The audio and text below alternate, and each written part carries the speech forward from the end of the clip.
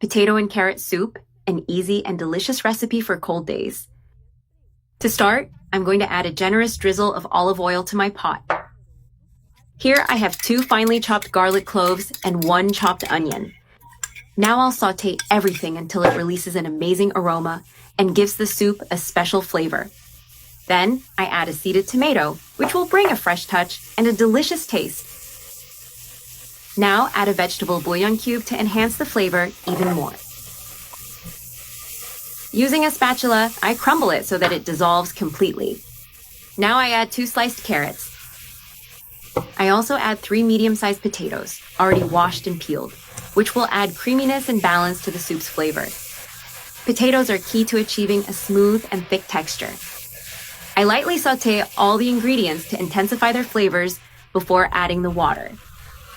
I'm going to add about 4 cups of water, enough to cook the vegetables perfectly. Now I cover the pot, and once it starts releasing pressure, I count 5 minutes of cooking time. Time's up, and I can now open the pot. I release the pressure, and the vegetables are well cooked, soft, and just right. Look at that perfect texture.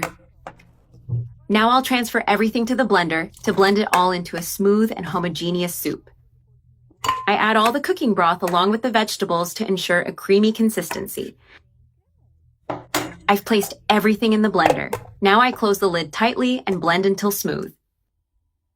And here it is, perfectly blended. The soup turned out super creamy with an amazing texture.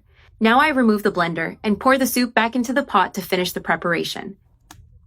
To add a special touch, I'm going to add 7 ounces of heavy cream. I mix well so that the heavy cream is fully incorporated into the soup. This will give it an even smoother taste and a velvety texture. Now let's move on to the seasonings that will make this soup even more delicious. I add 1 teaspoon of salt. I also add half a teaspoon of black pepper to give it a slight kick. I mix everything well so that the seasonings are evenly distributed.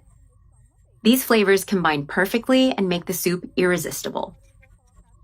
Now to finish, I add some chopped parsley or green onions. The amount is up to you, so you can add as much as you like. I like to add it in moderation to balance the flavors well. I mix everything well, and you can already smell that delicious aroma. Now I'm going to serve the soup in my bowl. Look at this wonderful soup with an incredibly creamy texture. I'm sure you're going to love this recipe. I fill my bowl generously to serve it nice and hot. And now our soup is ready to enjoy. Look at this delicious soup. Now all that's left is to taste and enjoy this amazing dish.